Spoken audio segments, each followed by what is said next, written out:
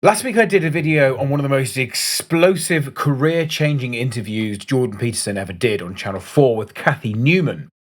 And a year or so later, he did another explosive, career-changing interview with Helen Lewis for GQ magazine. Now, this one is significantly different to the Channel 4 one for a couple of reasons. Number one, Jordan is hardened. In just the few months that separated the Channel 4 one and the GQ one, you can tell he's been through some stuff. And his patience are thin. But secondly, Helen Lewis believes, and has to a degree, come to the interview highly prepared and well-researched to try and catch him out. Which, of course, backfires. And at the end, we'll have a look at what Jordan said himself about that interview. There's an interesting detail about it that is worth sticking around for. Unpalatable and historically absurd, biologically ridiculous and ungrateful, among other things. Who's ungrateful, sorry, in that? Who is being ungrateful? Look at what you have. Right. You live in the best society that's ever been created. You know, I was reading about some Indonesians. Do you mean me as a woman or me as a 21st us. century person in the world? I mean us, yeah. I mean, I'm incredibly grateful for what I have, but to me the project of politics is... a construction of a tyrannical patriarchy. You're grateful for the productions of a tyrannical patriarchy. How does that make sense? Because I think life is good. I think it could be better. That's what being fine. a progressive That's a perfectly means. reasonable proposition. But I guess that isn't commensurate with your claim that you're the beneficiary of a tyrannical patriarchy. Why not? How can it be good if it's the consequence of a tyrannical patriarchy?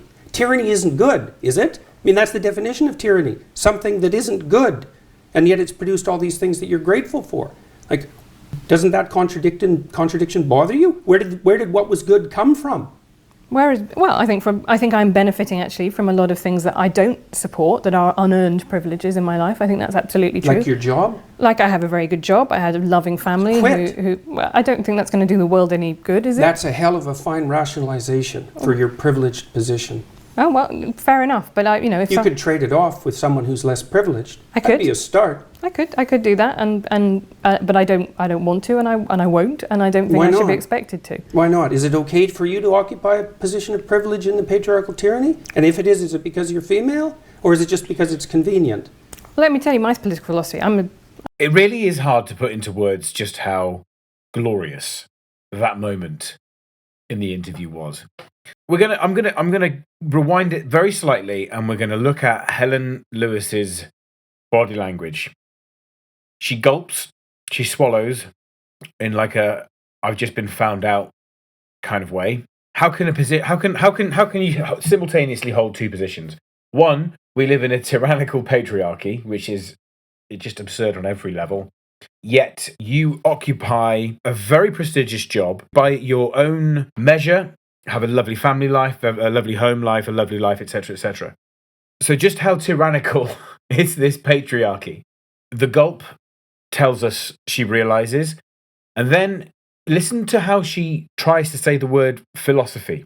She's spilling her words. If you've ever been told off by a teacher at school or a parent when you're a young child, and you mince your words, it's not even a stutter, it's nerves. Right at that very moment, her heart, you just know, is beating through her chest. Why not? Is it okay for you to occupy a position of privilege in the patriarchal tyranny? And if it is it because you're female, or is it just because it's convenient? Well, let me tell you my political philosophy. I guess I'm a social democrat. So what I believe is... Let me tell you my political philosophy. It just does make me think whether or not are you somebody who thrives on anger, who finds anger to be something that they need in their life, that they find motivates them to do the things that they need to do? Those are two different questions. Okay, you can answer them both. One is whether I thrive on it, and the answer to that is most certainly not. So I actually don't like conflict. Then how have you ended up doing this as a job? Which is arguing with people, right? Just because no, that's not my job. It's not to argue with people. Okay. This is the problem with the left. And as a former member of that ideological position, what she's saying there is, because on the left, people believe that what they believe is the only truth. And that anything outside of it is... It cannot be questioned. It cannot be argued. And so she sees his job as arguing with people when he's about to explain what he sees his job as. But I just wanted to add the context there of how these people think. And I know how these people think because I used to be one of them. And I'm actually paying a price in my personal life at the moment for no longer being of a fully paid up subscriber to leftist ideology. The fundamental principle is this. The left believe, they would say they know that their position is the righteous one.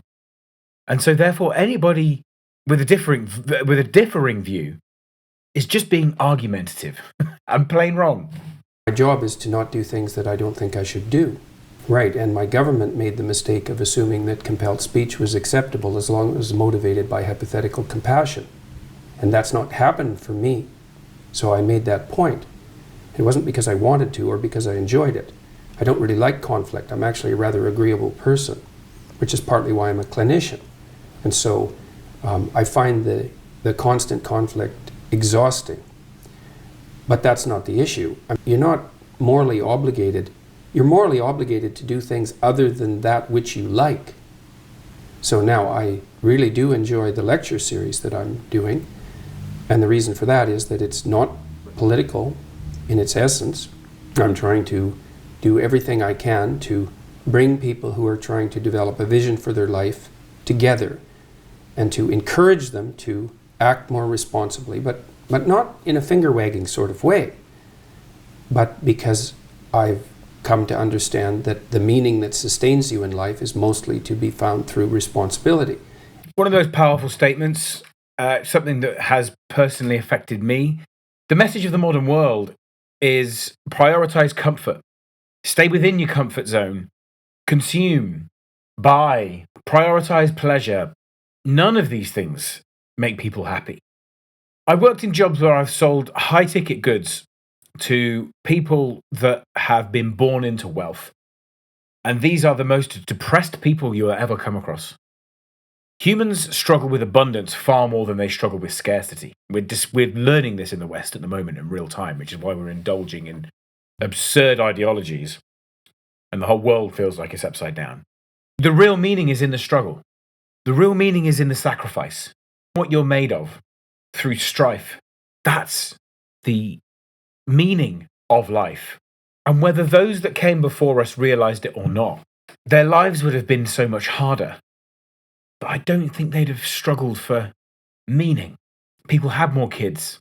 Children weren't seen as this kind of burdensome, lower status activity. We had community, and we're in real trouble right now. All they've done is inflame tribal tendencies, as far as I can tell. So he can say that, but it isn't obvious that it's the case. And it's not obvious to me at all that one of the consequences of Barack Obama's presidency was a reduction in racial tension in the United States. No, I wouldn't agree with that either. I think a lot of people found having a black college-educated professor very alarming and threatening to their idea of themselves as the dominant group. To stop them from voting for him twice. Sorry, again, she's immediately mischaracterizing what he's saying. She cannot resist the urge to turn it into people having a problem with there being a black president. But he was voted for twice. People, if he could have had a third term, they'd have voted for him again. And look at her face here. Look at her. She's furious because she's tried to. It's a sleight of hand. It's very sneaky. It's very sneaky what she's doing. Yes, she's like, yes, I agree with you. I agree, yes. Well, there are people that have a problem with having a black president. No, that's not what he's saying, is it? That isn't what he's saying, you sneaky little toe rag. One of the consequences of Barack Obama's presidency was a reduction in racial tension in the United States. No, I wouldn't agree with that either. I think a lot of people found having a black college-educated professor very alarming and threatening to their idea of themselves as the dominant group. To stop them from voting for him twice. No, that is very true. But again, it's fundamentally true, right? It's really the crucial issue at hand here. No, but he built a big coalition of white, well-educated liberals and people of colour. I mean, that is the Democrat electoral. Well, how do you explain the rise of racial tension in the United States then? Well, I think it's caused by a lot of things, not least of one of which is the Republican Party inflaming it. You talk about the left playing identity politics. I think the right play identity politics all the time. The right doesn't dominate the universities. No, but it dominates. But Donald Trump is president, so realistically, Donald Trump is hardly a typical Republican. No, I would say that he accomplished. In fact, for most of his life, if I remember correctly, he was a Democrat. Right. I don't think he has any so political. we're not going to blame Donald Trump on the right wing. Okay, but I'm going to say the rest of the Republican Party are also quite happy to play, I would say, white identity politics. They did not dump him as their candidate when he said, Mexicans, they're not sending us their best people here, they're rapists, right? The whole idea of the United States, it said, I think a beautiful thing, all men are created equal, but it meant men, and it meant specifically white men. Women and black people could not vote. The US was founded on identity politics. This is not some new concept that has come along in the last 20 years. The United States wasn't founded on identity politics. Yes, it was. That's absolutely absurd proposition. The United States was founded on the same principles that, what would you say, that played their powerful role through the development of English democracy. And that was nested inside a Judeo-Christian view that fundamentally presumed that both men and women were made in the image of God and that all people had divine value. And it took a long time for that set of ideas to fully manifest itself in the political realm. But to consider that a manifestation of identity politics is, I can't imagine why you would possibly do that. I don't consider that a manifestation of identity politics. I consider having a constitution that says only some people are citizens to be a manifestation of identity politics. Well, what do you think changed it across time? And look, let's get our definitions straight here. You can't lump all occurrences of non-equal treatment into the category of identity politics. Identity politics is a very specific thing. It's really only existed since the 1970s. You can't go back into 1770 and say that the founders of the American Constitution were playing identity politics. The politics that was based on identity. That's my definition of identity politics. That's not the definition of identity politics unless you play fast and loose with the definition. Identity politics is something that's... No one talked about identity politics 20 years ago or 30 years ago. It's a new term. You can't say that people's proclivity to identify with their group is identity politics. That's just tribalism. And that's like, who knows how old that is? 1,000,000 years old. One of the great things about Jordan Peterson is he doesn't allow the misuse of words and definitions. He corrects it in real time, which catches them off guard because they're so certain that what they're saying is true and accurate and that it's like a gotcha. They've like got him into the corner and identity politics. And he's like, you don't even know what you're talking about. It's not even the right definition. But in true Helen Lewis style and like all journalists of this caliber, the sleight of hand continues. She's about to do it again. They're on the right or the left. I think the right-wing use of identity as the primary marker for human categorization is as reprehensible and dangerous as it is on the left.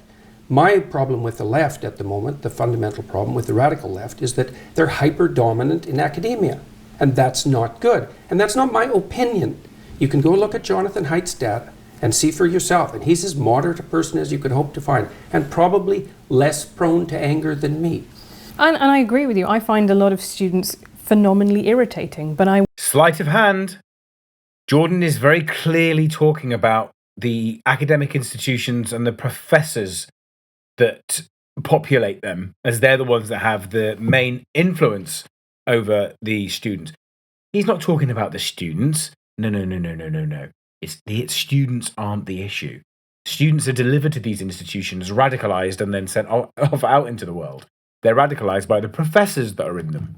But, of course, our boy, Geordie George, picks up on it immediately. I would question how much power they have in students. contrast to the things that I find more worrying that are happening in the world today, right? Or even the professors, right? Even Look, the professors. 20-year-olds don't have that much power, but they're not 20 forever.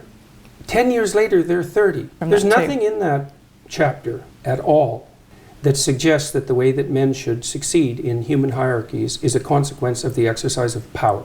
There's not one line in that entire book that claims that, because it's not what I believe. So there isn't a line in that chapter that talks about power as the proper means of conducting yourself in life. There's not a line in the book, and there's nothing in anything I've ever said that suggests that. Okay, But it's really important because people have read this chapter and they make exactly the argument that you make. And it's a misapprehension. So it's a misapprehension of the book. Okay, but if so many people are getting the same misapprehension, could it be There possible? aren't so many people that are getting it. There's 2 million people that have bought the book, and there's a very small handful of people who have a particular ideological perspective who enjoy developing that perspective because it indicates just what sort of reprehensible individual I am. But it has absolutely nothing to do with what I wrote or what I've said or what I believe. I don't believe that our fundamental hierarchies are based on power. I don't believe that the way that you move up our hierarchies is as a consequence of manifesting power. It's competence. Okay. People of a particular ideological persuasion enjoy developing that argument because it demonstrates what kind of a reprehensible character I am. That is, I mean, the bloke is just, he's poetic off the cuff. In other words, people like you, Helen, that lean a certain way politically, suffer from a phenomenon known as confirmation bias, where you will look for and confirm what you already believe, which is that I am a anti-feminist, misogynistic, whatever.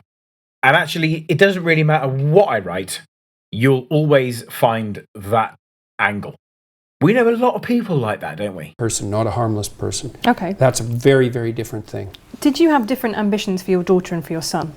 Some of them were different. I encouraged my daughter in her desire to be a mother, which is not something I did with my son. Did you encourage him in his desire to be a father? Absolutely. Right. So you encourage both of them to be a parent? Right, but those are different. Yeah. I believe. And yeah, I mean, and in some sense, I think it's harder for young women because, of course, the problem of integrating family with career is a more complex problem for women to solve. So, and I spent a lot of time talking to her about how she might solve that. I wouldn't say that we came up with anything that was spectacularly original or successful, but I at least let her know that whatever pathway she chose was fine with me as long as she was being honest with herself about what it was that she wanted. But also that, I'm not a fan of the idea that the most fundamental orientation that a person is likely to have in their life is career. I don't believe that's true for most people. I certainly don't believe it's true for most women. And I think the evidence supports that claim quite straightforwardly.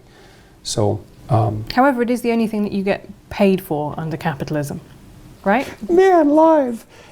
But that's How can true. you say something like that? It's so cliched. Well, it's so painful to hear that. It may be cliche, but it nonetheless is true, right? Look, Women do it's more, not much capitalism. more. Well, for God's sake. It is. No, it isn't. You have to invest into a child for 18 years before they have any economic utility. Mm-hmm. It's a consequence of delayed economic utility. We don't know how to monetize it. It's not a consequence of capitalism. It's a consequence of the fact that human beings have an 18-year dependency. How do you monetize that? This is the saddest argument. And I've got a daughter, and I tried to talk to her as much as I can about how wonderful it would be to be a mother, what it would feel like to have your own child, what it felt like for me to have my own child, her. My sister's expecting a baby, and the whole family's excited.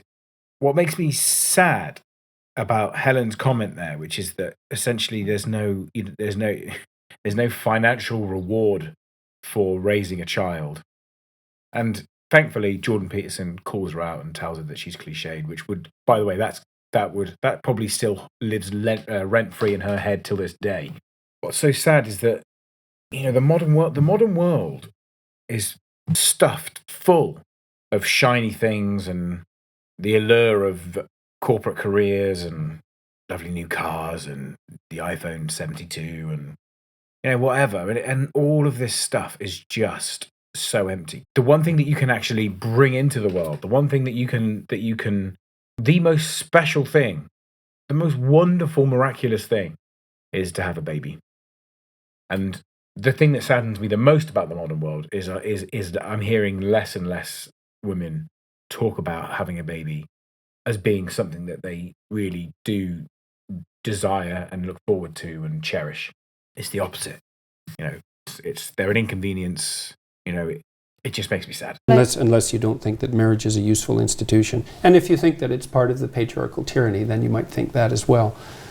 But it's a very useful institution, mostly for kids. So I agree that I'm married. Modern marriage has a lot to recommend it. I do also think it is a patriarchal institution. It is literally... Of course you think that. Well, because you think virtually everything that occurs in our society is a patriarchal institution. And it's easy to think that because then you only have to think one thing. You have a one-thing answer for everything. You could let it's part of the patriarchal institution. I don't think you're obeying the rule that says maybe treat people as if they have something worth hearing. So I'm not making a case for the patriarchal tyranny. And I don't think you are either. I think that you're making a case that's like a universally cliched case for the patriarchal tyranny. I don't see too much of you reflected in your articles at all. Why do women change their names on marriage traditionally? I don't know. It is weird, isn't it, to claim that we live in a patriarchal tyranny and that marriage is an institution of the patriarchal tyranny, but to say, I am part of a modern marriage. I wonder what that means. Probably she kept her surname or something. Who knows? These people, they actually believe nothing. They actually believe nothing. It's all superficial. But you do get lots of points. This is, if anybody has made it to this point in the video and has paid any attention to what I call my channel, you'll notice the word virtuenomics, which is a term I've coined, and I'm going to develop it over the coming years. But it's essentially the economics of virtue signaling. You put pennies in and you get millions back. The pennies being, we live in a patriarchal tyranny. Yes, you are socially validated. Trans women are women. Yes, you are socially validated. You don't have to give much. You just have to say things. And it's the approved opinions, the pre-approved opinions, and everybody certifies them for and agrees with you, and you get to reap the rewards. It's very difficult being on the other side. And this is new to me because I used to be on the side of the virtuous. And I would chastise people. And now I'm the one being chastised. And it's actually, I mean, it makes me really appreciate how brave people like Jordan are, because he's had to deal with it on a whole nother level. Fairness to Helen, she's about to get herself in some serious hot water with this next comment. I'm not hearing what you think. I'm hearing how you're able to represent the ideology you were taught. And it's not that interesting because I don't know anything about you. I could replace you with someone else who thinks the same way. And that means you're not here. That's what it means. It's not pleasant. So you're not integrating the specifics of your personal experience with what you've been taught to synthesize something that's genuine and surprising and engaging in a narrative sense as a consequence. And that's the pathology of ideological possession. It's not good. And it's not good that I know where you stand on things. Once I know a few things, it's like, why have a conversation? I already know where you stand on things. I bet you don't know where I stand on all things. I would hope that was true. Okay, let's talk about transgender issues. That's fun. What do you think I think about transgender issues?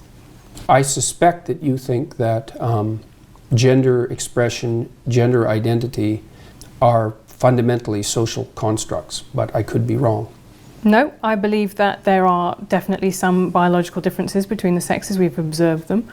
I do believe that gender is a hugely powerful social structure that we've built on top of that it is... Hold up, wait a minute. He just said, I bet you think that gender is a social construct, and she's like, nope, there are biological differences, but gender is a structure. So yes, exactly what he just said then. You do believe that gender is a social construct. Brutal from Jordan before, saying that essentially he could lift her and replace her with any other mind-numbingly leftist ideologue that all think the same thing and adhere to the same ideology. And I also believe that there is no evidence for gender identity in the way that it is used as an idea of a soul. I think that that's the way that it's often used to me. By who? By transgender activists. Yes, well, they talk about having a female soul, and that to me seems strange. I don't see how you can... something like biological determinism. Right. Mm-hmm. Which is it's one of the things that's so perversely amusing about these sorts of arguments is that, but I attribute it to the lack of demand for logical consistency as a consequence of postmodern thinking. You can believe one thing when it's convenient in one situation and another thing when it's convenient for another. So we're in the perverse position where if you're a man born in a woman's body, that's biologically determined. But if you're a woman born in a woman's body, that's socially constructed. It's like, okay, good luck with that theory. Right. Just a reminder that Jordan Peterson is the greatest of all time. But if you're a woman born in a woman's body, that's socially constructed. It's like, okay, good luck with that theory. Right. I don't believe you can be a man born in a woman's body or a woman born in a man's body. What I believe is that there are some people who feel alienation towards their bodies and they want to remove Well, body everybody parts. feels that. Right, but they feel it to such an extent that clinically the best treatment for them is to transition and live as if they were the other Yeah, sex. well, I don't think that there's any evidence that that's clinically the best treatment. We certainly don't know enough to make that presupposition, and I think we're playing with fire assuming that that's the case. The long-term outcome studies certainly don't demonstrate that. So it's not so. I would make a very big distinction there between adults and between children. I think That would be a good distinction to make, right, yeah. but I think we are very quick to diagnose and treat children in a way that I find, and not waiting for the research, and that I find concerning. Yeah. So, yeah, well, the lawsuits will put an end to that in about 15 years. So there's one place that we have found from which that is something that gets me a lot of hate, right? I'm sure it does. Listen, credit where it's due. Credit where it's due. She doesn't believe that people can be born in wrong bodies, and she thinks you should keep it away from the kids. And she's had to take some heat for that. Because remember, and I've experienced this firsthand, these views are now outlawed, especially if you work for a company. You cannot have these views out loud. But it's also one of the most maximally rewarding views to have if you're espousing it. So in other words, if you're somebody that's saying these things, that yes, you can be born in another body, and that you can change your sex, and that kids should be allowed to choose their own gender and have, and be medicalized for it, then everyone's like, oh yeah, fantastic, oh, so brave. We're going to end by looking at what Jordan himself said about this particular interview when he went on Joe Rogan not long after. And it's important to remember as well that this interview is like 8 years old now, and the lawsuits that he mentioned there coming in 15 years' time. Well, some of them have started happening already. But remember the people that held the line with this ideology. We were talking about this GQ interview, which I thought was, I thought that woman was far more intelligent than and her approach was far better and far more reasoned and well thought out than some of the other attacks on you before. So they're bringing in the varsity level players, is what I'm saying. It's like, well, it was a funny day because I went to the hotel room in Baltimore, and I went out of my way to do it, and she was hostile to me the second I walked into the room. Really? Yes, and that really kind of put me off. How so? Well, she basically told me that we were going to have a war, not so many words, but just there was a coldness to her and a distaste for me that was sort of radiating from her. So she was animus possessed from a Jungian perspective. That's the right way of thinking about it. One of the ways of thinking about that is that she had a chip on her shoulder in relationship to me. So she'd already formulated who I was in her imagination. Right. And it was also maybe a form of projection. So like I was the embodiment of all the things that she found distasteful. And that's who she was. So there was no willingness to consider on her part that I could be different than her preconceptions of me, right? And so she was hostile to me in the way that you would be if you were prejudiced against someone right from the beginning. And so by the time it was uncomfortable in the room, and by the time and there was a photo shoot, and so by the time the conversation started, I was more impatient than I would normally be, because one of the things that I do expect from journalists, and Kathy Newman was like this, by the way, and so have some of the other people that have gone after me, at least they had the professionalism to be civil before the interview started. Right.